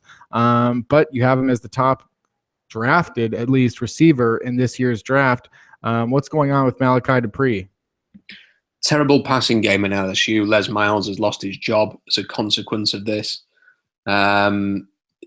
His inability to find a quarterback who could even just game manage that team has led to his departure, because they have everything: defensive talent, offensive talent. They just haven't got a quarterback. So Malachi Dupre is suffering because of the lack of a quality passer at LSU. He, I think, has got the potential to be great in the combine, and then when he sort of runs in the 4.4s or the 4.3s, people will start talking about him. People will look at the reasons why he's not had the production, and they will understand it's because of the quarterback situation. I think that he's got the potential to be another really good LSU wide receiver at the next level, and it has been a school that has produced quite a few good wide receivers over the years. Coming up next, number 21, the Dallas Cowboys. You have them taking a cornerback, another defensive back. There's going to be, if this is the way it shakes out, a lot of the top players in the first round will be defensive backs, and very few of them will be offensive linemen or wide receivers. And this one is, and I've seen a lot of crazy names that were not like, and were made on purpose, and I've seen that at least that I could not pronounce. I'm not even going to come close. Brandon Facyson, cornerback. Facyson. If there was an N in there, an extra N in there, then I would say his name was Brandon Fancyson. Maybe something like that I could pronounce. But Facyson, how does he play, and how do you say that name? I've always thought it was Facyson, but I'm like you. Every time I read it, I kind of say it differently. I think I called him Faxion earlier. Any of those could sound okay to me, I guess. You can't, that was I got that one wrong, but it's one of those that I think you pronounce it differently every time. He's a really interesting prospect. When you watch him play, he's from Virginia Tech, and they're a school that has produced good cornerbacks over the years. Just a lot to like about him, and we're talking about all the other cornerbacks. It's very possible that he could move ahead of someone like Jalen Tabor. Based on preference, teams might like him more than Tre'Davious White.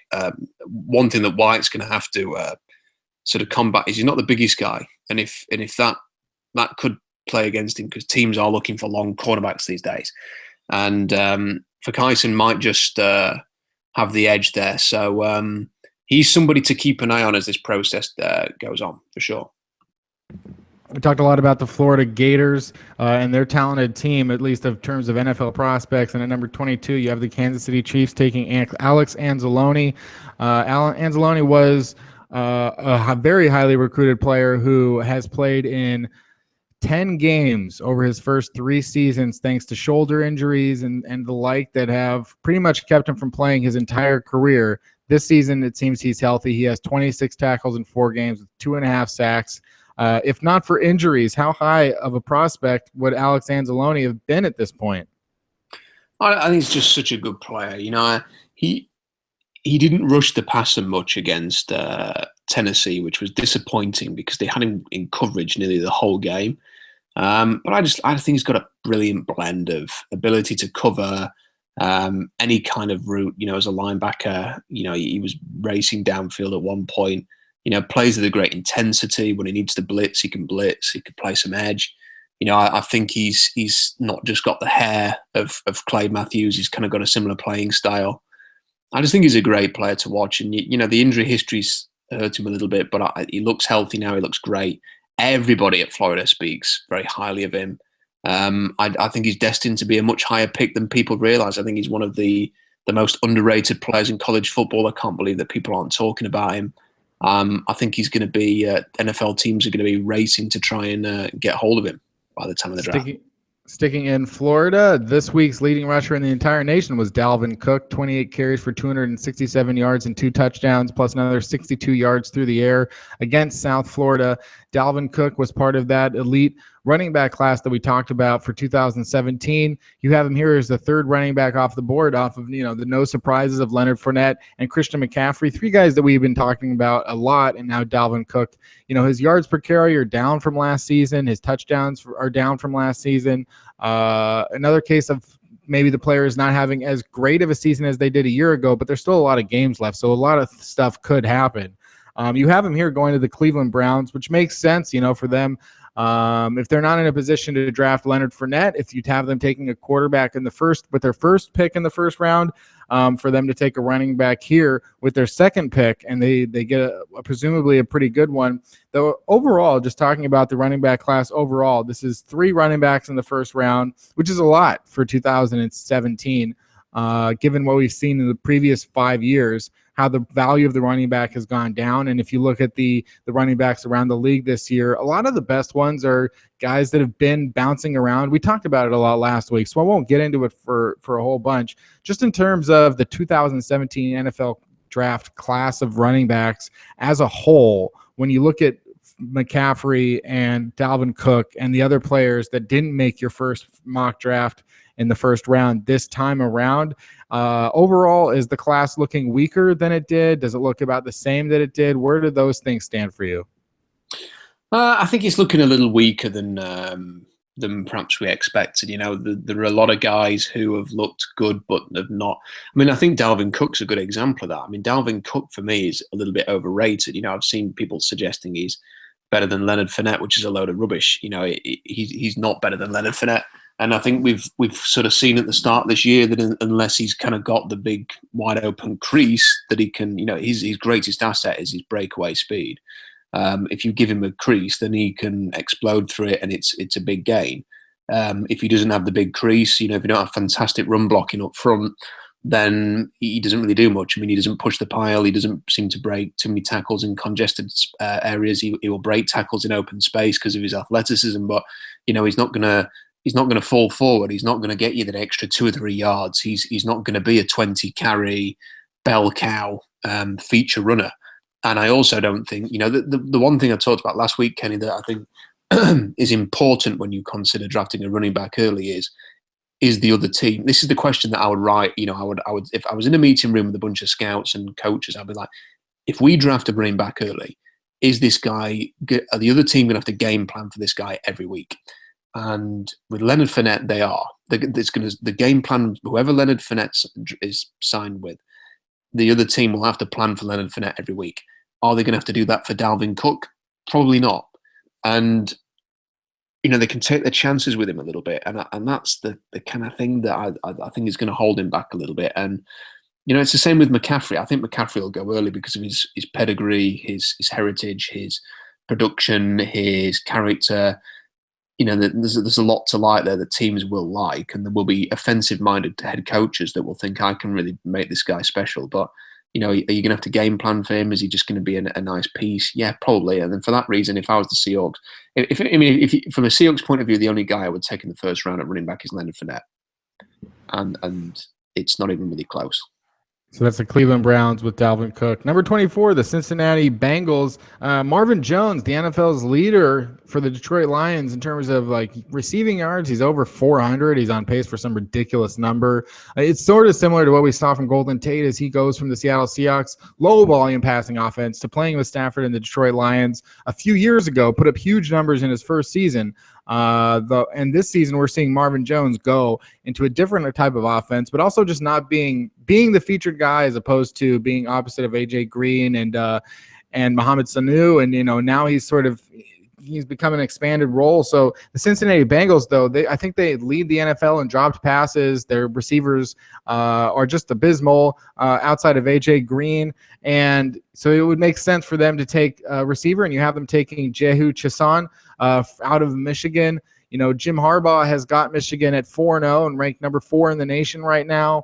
And, he's done an amazing job there, though I think it's interesting that when you look at Michigan this season so far through 4 games, Chesson has just 8 catches for 145 yards. That passing offense is going through tight end Jake Butt and senior wide receiver Amara Darboh, who has 17 catches for 248 yards. So he's been much more productive than Chesson. And so why is that? And between Butt and Chesson, because we're going to get to Butt here in a second, between those two, who do you think really is going to be the more valuable NFL player? I think it could be close. I mean, I like both of them. I think Chesson is the most complete receiver in this in college football, in that he's a great blocker, great pass catcher, can get downfield, is a X factor in the return game. I think the thing with Michigan is they've got a bit of an embarrassment of riches in terms of the return game. Jabril Peppers is taking punt returns, so it means that Chesson's not doing that. As you mentioned, Jake Butt is mainly the focal point of the passing game, but we also have to understand the scheme. And the scheme with Jim Harbaugh is not to sort of spread everybody out and throw it 30 times a game. The system at Michigan is to run the ball, play action. And with that type of offense, it utilizes the tight end more. You can line Jake Butt. Jake Butt is an orthodox tight end. He can block as well as he catches. You can line Butt up as a blocker, play action, get him into the seam. It's a valuable weapon, much more so than the receivers are. And actually, the receivers are used to block.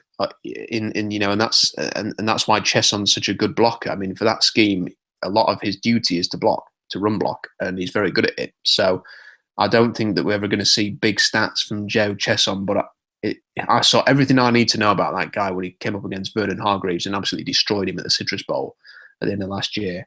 And he's an NFL talent. And if he falls because of a lack of production, then I hope that the Seahawks are ready, because he's a really good player. Number 25, the Pittsburgh Steelers. Obviously, they need help in their secondary, and you've got them going to a local kid here in Washington with Budda Baker, the safety out of the University of Washington. The Huskies have, a very talented team. That we've been talking a lot about the players that they have for having NFL prospects, and here's one now with going in the first round to Pittsburgh. Do you think Budda Baker is, in your opinion, very close to guaranteeing himself a first-round grade? Depends what happens between now and the end of the season, obviously. But I think that his combination of athleticism, decent, not great, but decent size, range, puts him very much in that kind of ballpark. Because again, teams love athletic safeties, they love rangy safeties. But Budda Baker is that. I think Pittsburgh were very disappointed that Carl Joseph and Keanu Neal went as early as they did in this year's draft. I think they were looking at cornerbacks after that, and they started to leave the board as well. They kind of had to take Artie Burns in the end because he was the best one available at 25. So I think that if they get a chance to draft a very athletic safety to go, and as much as they like size and power up front, Pittsburgh, they seem to be looking for speed and range at the back end now, with people like Ryan Shazier and Artie Burns. And I think they'd love a really fast, versatile, rangy safety. So I think Baker would certainly fit the bill there. All right, now comes the time that everyone's been waiting for. It's the number 26th pick, the Seattle Seahawks. And obviously right now their situation is that they have to draft offensive line 17 times in next year's draft, as many times as they can, to try and rebuild an offensive line right now that if you look at it, you say, Bradley Soul is at the left tackle position, and that's replaceable. And you look at the left guard with Mark Lewinsky, and you think that that's pretty secure for next season. Justin Britt, it seems fairly secure. I do believe 2014, 15. I do know. So Justin Britt's still got another year left. So I think that with his extra year, maybe they're content at center, and certainly it may be a reach at that point to draft a center in the first round. They're not impossible. Right guard, they've got Jermaine Ifedi, though maybe they feel next year that he's ready to move to a tackle position, or they just want him to move to a tackle position, or maybe they feel that he's going to be best suited and most helpful to them as a guard. So, I think Ifedi will definitely be on the line, though it doesn't mean that they won't be drafting a player to play his position. And then right tackle, with Gary Gilliam playing pretty poorly right now, you would think that right tackle has to be, or, a tackle would have to be a need. So certainly right now, tackle is the number one need for the Seattle Seahawks, and you did not stray from that. Mike McGlinchey, left tackle at Notre Dame. This is a guy that is a captain for Notre Dame, though the Fighting Irish are playing, very not well right now. McGlinchey seems to be one of their better players. Played with CJ Prosise a year ago. I see a picture here of him holding up CJ Prosise after a touchdown. So he's helped block for Prosise, and would definitely fill a need. 6'7", 291 pounds, and you'd think the Seahawks have to get a tackle. Is McGlinchey someone that you're drafting for the Seattle Seahawks in this position to play left tackle? Not necessarily. Possibly, but when I made this pick, I was picking it under the premise that that they could look. I think he's capable of playing right and left tackle, and I watched him against Duke, and yet I'll put the little caveat there that Duke's pass rush is pretty poor, but he handled everything. The only guy I've seen him beaten badly by is Malik McDowell so far. He was a really good player. I think that he's a little bit stiff at times, and I don't think his kick slide is that of an elite athlete who would go in the top 15. I think that with any offensive lineman, we have to sort of see how they test before we judge whether or not they're going to be a Seahawk. I think we've kind of come to terms with that over the years, that we're going to need to see how he performs at the combine or a pro day before we judge him. As whether or not he's Seahawk worthy, but they clearly like George Fant, and Gary Gilliam. There's a question mark there. I think the early favourite right now would be for the Seahawks to take a tackle that could play left or right tackle, and then just let the competition unfold. It could be that George Fant is the left tackle of the future, or Reese Odiambo is, and that they draft someone to play right tackle, or it could be that Odiambo or Fant get a right tackle, and then the guy plays left tackle in the first round. So, I think that's sort of where the early money would be, that they would take a tackle, and it's just whether or not you work it out in the wash later on. Whether or not it's left or right. The other position I kind of looked at here was a defensive tackle, defensive end hybrid. I know that they've got some of those already, Michael Bennett and Frank Clark. I think that they will continue to keep trying to add that type of player. I think that's the type of defensive lineman they like. I think they could probably look at a situation where they can't have enough guys like that, and I consider DeMarcus Walker, the Florida State defensive lineman. And there were one or two other positions I considered. I just think that the character of Mike McGlinchey as well is important. If you listen to him speak in an interview, he's incredibly intelligent. That seems to be a big thing for Tom Cable, that he wants intelligent linemen, intelligent, explosive offensive linemen. And if McGlinchey ticks both of those boxes and maybe just isn't quite as polished enough that he's going to last a little bit longer in the draft than a tackle otherwise would, then maybe he's somebody the Seahawks would look at. So there you have it. The first Rob Staten 2017 NFL mock draft pick for this podcast of the year, Mike McGlinchey, left tackle, Notre Dame. Certainly a name that we'll be monitoring now throughout the college football season, and then I'm sure next year as the draft season really kicks up. Mike McGlinchey, certainly a name that I will not forget because it's just so silly sounding. Now that we have 6 picks left here in your first mock draft, though I do think that we are running out of time. So we'll have to keep that in mind and sort of do a rapid fire here a little bit on the last few picks. 27, the Philadelphia Eagles, Cordia Tankersley, cornerback. Tell me about him. Yep, good, rangy, long, everything you want in a cornerback. Not quite as good as some of the others we've mentioned so far, but very, very possibly could go in the first round. And we'll definitely see where the Eagles, how real they wind up by the end of the season. Number 28, the Carolina Panthers. They've had their struggles to open the year, but DeMarcus Walker, defensive end is someone that you have them drafting. They just lost Vernon Butler to an injury. They could have a very good defensive line again, but defensive end definitely seems like an area of need for them, right? Yeah, it seems that way. I'm not a big Coney Ealy fan. I think that he's done better than expected so far, but I'm not a huge fan of his. I think they clearly are putting a lot of emphasis on the front seven, rather than defensive back. That's obvious to see with the moves that they've made. DeMarcus Walker's had a fantastic start to the year. He's pretty much the only positive about the Florida State defense, which is a shambles at the moment. He's got 5.5 sacks, had that massive game against Ole Miss. I thought he looked good against Louisville and was probably the only defender who could keep a track on Lamar Jackson. And he's just continued. The game against UC, I think they played USF. Was it? Yeah, it was USF. They played South Florida on Saturday, and he was good again there. So he made some big plays and was pretty much the only shining light for Florida State in that game. So he's had a very good start to the year, and he is somebody that I considered for the Seahawks. I think he's a very good player.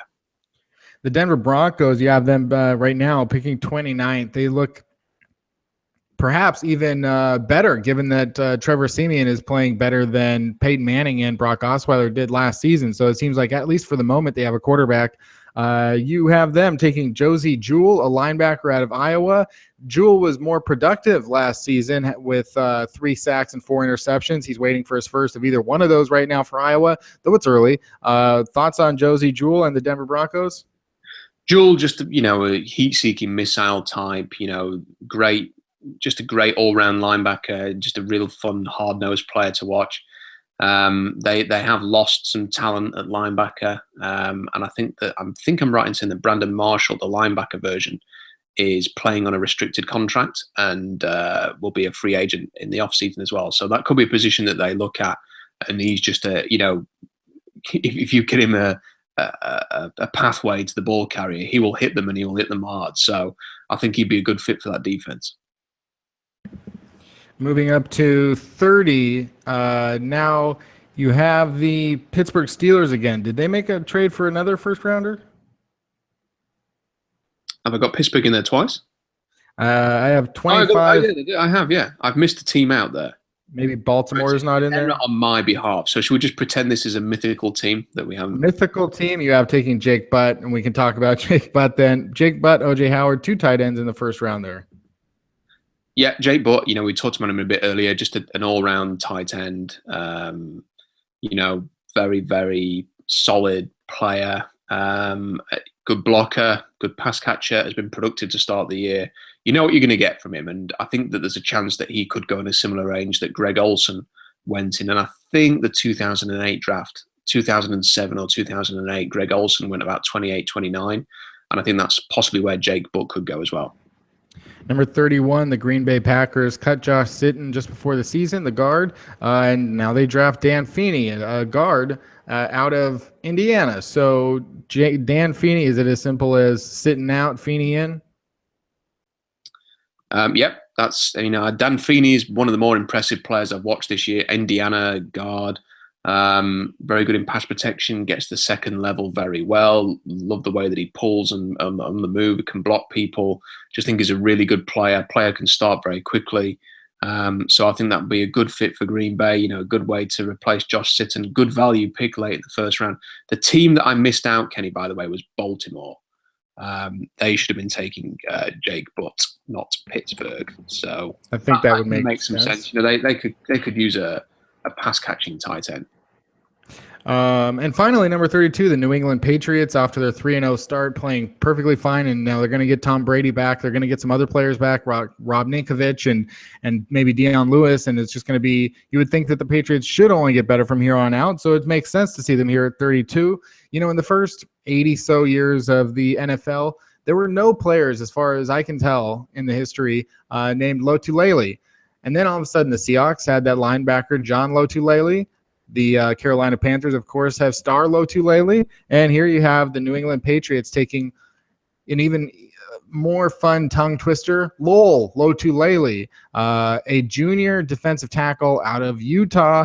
And again, as far as pure defensive tackles go, we've had guys that you've compared to Michael Bennett. You've had guys that you've had taken that you could say could play inside or outside. But this seems to be the first player in the draft, in your mock draft, that is just listed as a defensive tackle or a nose tackle. Is that what he is? And is he the best in this draft? Yeah, he's just a solid guy. You can't move him, anchors very well, can absorb a couple of double team blocks and just prevent the run game as a consequence. It's not like his brother. What his brother used to do, Star Lotulelei, was he'd sort of start a game and he'd sort of explode through, knife into the backfield, get a sack. Next play, do exactly the same thing, get a sack. Everyone's going, wow, look at this guy, 2 sacks already, in the first quarter. And then he wouldn't do anything for the rest of the game. Lowell Lotulelei is a lot more consistent in that he's solid, snap to snap to snap. Doesn't have very many bad plays on tape, but isn't the great pass rusher that Star Lotulelei could have been as well. So I think he's more of a nose tackle, run blocking type. I wanted to fit him into the first round here, at the back end. So I put him with the Patriots, and I put him in there ahead of 2 other guys, just to sort of mention who I had him in front of. Desmond King, a cornerback at Iowa, had a lot of production last year. I think he's on the sort of fringe first round kind of grade there. Chose not to declare a year ago. And DeMaurier Stringfellow, who is a guy who's not got major production at Ole Miss, but has just had a really, really sharp start to the year and could be a player that rises very quickly. All right, that's it for the 2017 NFL mock draft. Rob will post that on SeahawksDraftBlog.com, so you can read the full list there. Otherwise, I would go over it again, but we're just out of time. I will save 2 to 5 minutes to talk about the Seahawks. They come off of a 37-18 win over the San Francisco 49ers, a blowout, upset with themselves for allowing 18 points, 2 fourth-quarter touchdowns, though, Pete Carroll said basically that the reason that they had scored 2 touchdowns against the Seattle defense was because they were playing the pass and they didn't think that they would run the ball. And so, I think it's fair to say that, why they're ranked number 1 in defensive DVOA by Football Outsiders is you can't really count those touchdowns against them. When it's a garbage time, things will happen, and it doesn't really grade against them as a defense, other than sometimes you do so well that you're going to end up letting in, some of the negative just because the opportunities were there for San Francisco to just do whatever they sort of wanted to do because the game was unwinnable for them. The Seahawks were 100% to win the game pretty much for the entire second half. And for that reason, that's a good thing. They come out with a 37-18 win over the 49ers. They sit at 2-1. Their offense looked better than it had in the first 2 weeks by a large margin, scoring quickly on their first 2 drives, working in Jimmy Graham and Doug Baldwin, and really looking like a well-oiled machine. Now they add CJ Spiller to the mix. While CJ Prosise could potentially be out for an extended period of time if they added Spiller, we know that Thomas Rawls is out for at least a few more weeks. So certainly they needed a running back. It just seems like Spiller lines up more closely with Prosise, and that might be a thing. Or they could have both of those players on the roster at the same time. Certainly if CJ Spiller is coming in to replace the other running back that they had last week. Right now, as I talk quickly, his Terrence McGee, you would just say, let's just have CJ Spiller other than this guy that the Seahawks just signed 2 weeks ago and was on the practice squad. So makes sense from that standpoint. This week they get the New York Jets. Ryan Fitzpatrick coming off of a 6 interception game. The Jets have maybe the worst pass defense in the NFL, though I think it'll be difficult for the Seahawks offensive line to look anything other than bad against, best case scenario, they look bad against the defensive line of the New York Jets. A 10 a.m. start in New York or New Jersey, whatever you want to call it. So it's going to be an interesting game this week, but still one that I think the Seahawks should win, given everything outside of that one matchup that they're destined to lose on their offensive line versus the defensive line. So, Rob, I've said some things. What were your thoughts ultimately on the 49ers game, and what are your expectations for the Jets? Well, I thought it was it was good to see the offense rolling, and I never doubted that it wouldn't get going. I think that when you go to LA and you play a Rams team in their first game in LA, they're pumped up. They've just been embarrassed by the 49ers on Monday Night Football. They've got a great defensive line. The Seahawks are banged up. Wilson was as unhealthy as he's ever been in Seattle. Noah Fedde, Baldwin got injured, Rawls got injured, Lockett got injured, Vanette wasn't playing. Am I missing anybody? Jimmy Graham was still getting back to something like 100%. not a surprise that the Seahawks stalled a bit in that game and still could have won it, but for that Michael fumble at the end, they could have won that game. So, they come back, they come out flying against San Francisco, look like the team we expected. Great to see. I think we're all concerned about the fact that Russell Wilson seems to pick up a horrifyingly close to being season over injury in nearly every game these days. And, in the past, he kind of got hit and always bounced straight back up, and you kind of took that for granted. And now he's getting hit and he's kind of clutching at an ankle, clutching at a knee. Yeah, it'd be great to see him get back to 100% because they need him 100% if they're going to have a chance of winning the Super Bowl. I think for this game, yes, the Jets have got a very good defensive line, but what they don't have are great edge rushers. This is important because what I would like to see, and I'm talking from a position of zero authority. I'm not, I've never coached the NFL, but I would like to see the offensive line really bunch together, protect the middle, protect the interior. Get as close together as possible, and say, we are going to let you. We're going to challenge our tackles a lot more in this game, and people will hate that idea because they think that tackles are the weakness. But sort of hold the middle together and make the Jets' edge rushers beat our tackles, because the Jets do not have great edge rushers; they have great interior rushers. And if we've got the size there with Fedi and Britt and Glowinski, there's a chance there if we just close the space up, they're going to struggle to get through that wall of mass. I don't think the Jets have got great edge rushers. They rely on the blitz an awful lot. Again, if you tighten up the middle, that's something they can pick up. I love the fact that even they're probably going to use Wilson in the shotgun a lot. I think Wilson was predominantly in the shotgun for pretty much the whole of the LA game. Probably going to be in the shotgun a lot in this game. If they try and blitz Russell in that situation, the Jets can't defend tight ends. Their linebackers are not fast enough. They're a bit old. Darren Lee, is a rookie. I think that this could be a major, major game for Luke Wilson and for Jimmy Graham to exploit the seam. Russell get it out quickly, just lob it up. The little pop pass to Jimmy Graham. I think we saw one of those in preseason. I think it was Oakland. I think we're going to see a bit of that. I want to see them test Darrelle Revis, who's had a struggling start with the speed downfield. I'd love to see a bit of that. I think they're going to struggle to run the game, especially if they bunch up through the middle. I think it is going to have to be a passing type of performance in this game. But I think they've got a shot. And I think Kenny, I think Field Goals published a video of Ryan Fitzpatrick. Am I mistaken on that? Yeah, not that I can take any credit for making it, nor no one at Field Goals made it, but did find it and posted that video of all of his terrible passes against the Chiefs.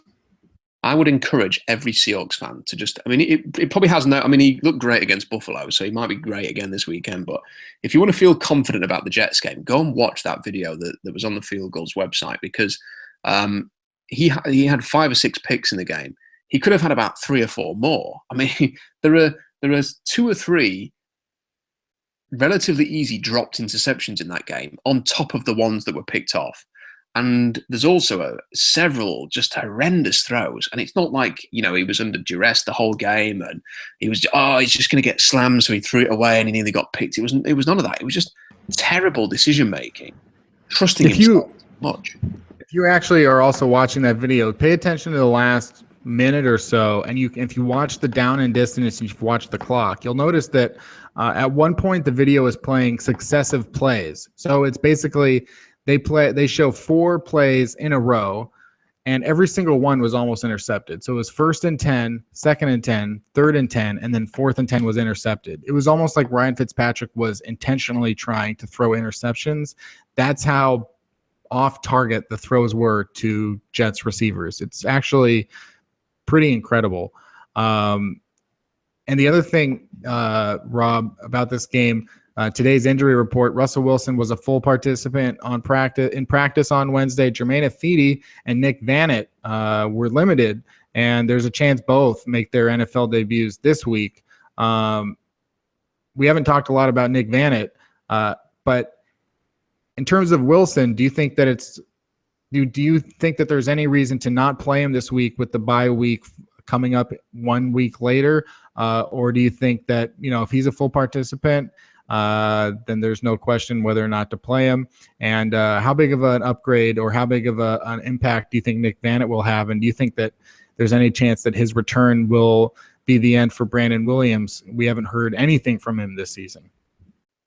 I don't. I think that Brandon Williams, I think I've heard Carroll refer to him as a core special teamer.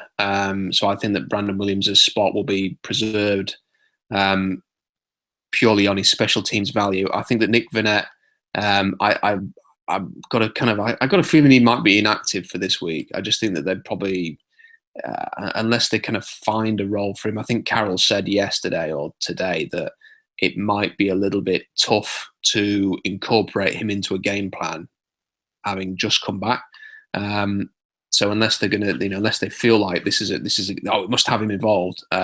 We've got this great idea for him. I'm not sure that he will actually suit up in this game.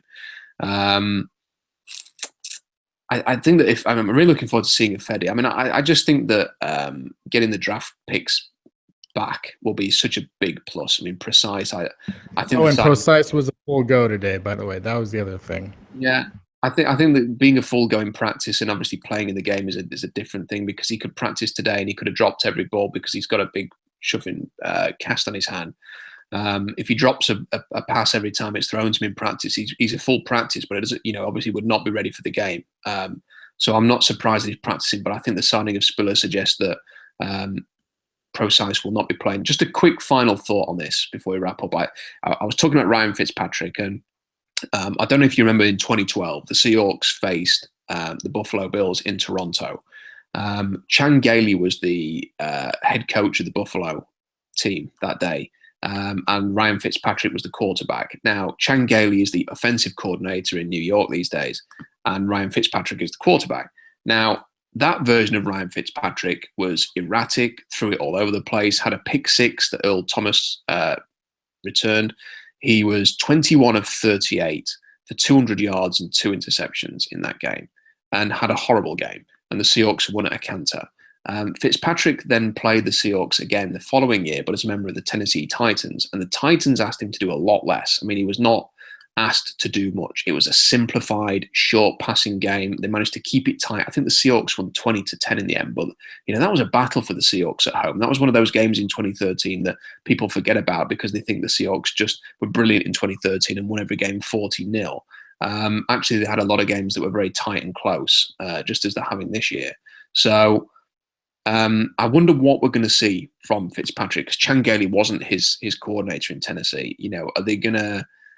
Is it going to be Chan Gailey, Ryan Fitzpatrick offense where they throw it around, take risks, major passing game, which ultimately led to all those interceptions against Kansas City at the weekend? Or are they going to tone it right down, have him playing the percentages like Tennessee did? I think that could be the major difference between an easy win for the Seahawks this weekend and something of a battle. If Ryan Fitzpatrick and Chan Gailey try and throw on the Seahawks 40 times like they did in Toronto 4 years ago, this could be a good day for the Seahawks. If they tone it down and run the ball and try and play the short game like Case Keenum did and other quarterbacks have done against the Seahawks, then it'll be a typical tight Seahawks game. Yeah, I think it's pretty easy and pretty common for fans to almost expect the worst and just always be a little bit on edge about what will happen. But I think when you really, and I think it's totally plausible that the Seahawks could lose to the Jets. I don't have any qualms with admitting that there's a chance that they'll lose to the Jets, just like they lost to the Rams, looking horrible on offense only 2 weeks ago. So of course there's a chance. But when you look at the two teams matched up next to each other, there's no question who the better team is, and it shouldn't even be close. All the other mitigating factors that may come into that, to play into that, could come into play. But overall, with the way that Ryan Fitzpatrick just played and the way that the Seahawks defense is playing this season as the number one defense in the NFL, why would you expect anything other than at least a very close game that would be low scoring? If the Jets score more than 15 points on Sunday, I'll be a little bit surprised, given the way that they're playing on offense and given the way the Seahawks are playing on defense. And then the difference comes down to how will the Seattle offense play against the Jets defense.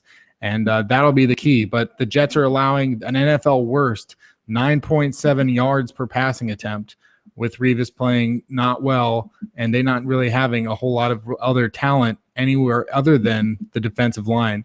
So yeah, that'll be the results of which we will speak about next week on 3000 NFL Mock Draft. Thanks for listening to another extended edition of the podcast. I'm sure Rob can agree with me in saying that it's unbelievable that people beg for longer episodes and say that they would actually listen to this for over 120 minutes. But thank you so much for doing so. Follow Rob on Twitter at Rob Staton, Staton. Go to SeahawksDraftBlog.com, FieldGoals.com. We're at Field Goals on Twitter.